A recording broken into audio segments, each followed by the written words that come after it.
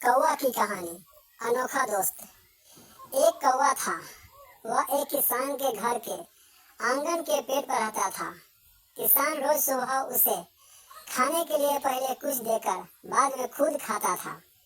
किसान खेत में चले जाने के बाद कौवा रोज उड़ते उड़ते ब्रह्मा जी के दरबार तक पहुंचता था और दरबार के बाहर जो नीम का पेड़ था उस पर बैठकर ब्रह्मा जी की सारी बातें सुना करता था।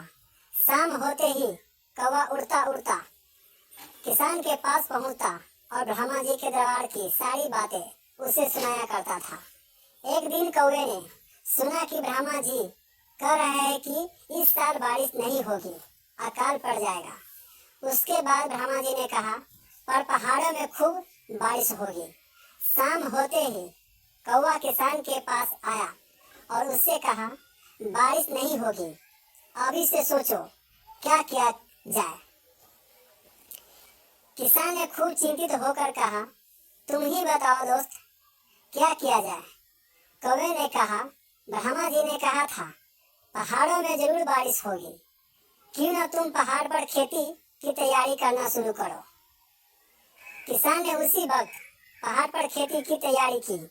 आसपास के लोग जब उस पर हंसने लगे, उसे बेवकूफ कहने लगे। उसने कहा तुम सभी यही करो, कौवा मेरा दोस्त है, वह मुझे हमेशा सही रास्ता दिखाता है। पर लोगों ने उसकी बात नहीं मानी उस पर और ज्यादा हंसने लगे।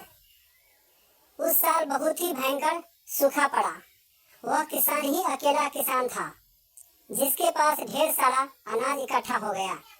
देखते ही देखते साल बीत गया। इस बार कौवा ने कहा ब्रह्मा जी का कहना था कि इस साल बारिश होगी, खूब फसल होगी और फसल के साथ साथ ढेर सारे कीड़े पैदा होंगे और कीड़े सारी फसल के चौपट कर देंगे।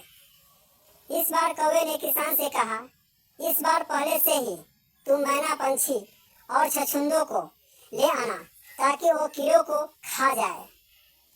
किसान ने जब ढेर सारा छछूंदों को ले आया, मैना और पंछी को ले आया, आसपास के लोग उसे ध्यान से देखने लगे, पर इस बार वो किसान पर हंसे नहीं। इस साल भी किसान ने अपने घर में ढेर सारा अनाज इकट्ठा किया। इसके बाद कौवा फिर से ब्रह्मा जी के दरबार के बाहर नीम के पेड़ पर बैठा हुआ था। जब ब्रह्मा जी कह रहे थे फसल खूब होगी पर ढेर सारे चूहे फसल पर टूट पड़ेंगे। कौवे ने किसान से कहा इस बार तुम्हें बिल्लियों को न्योता देना पड़ेगा, एक नहीं, दो नहीं, ढेर सारी बिल्लियां। इस बार आसपास के लोग भी बिल्लियों को ले आए।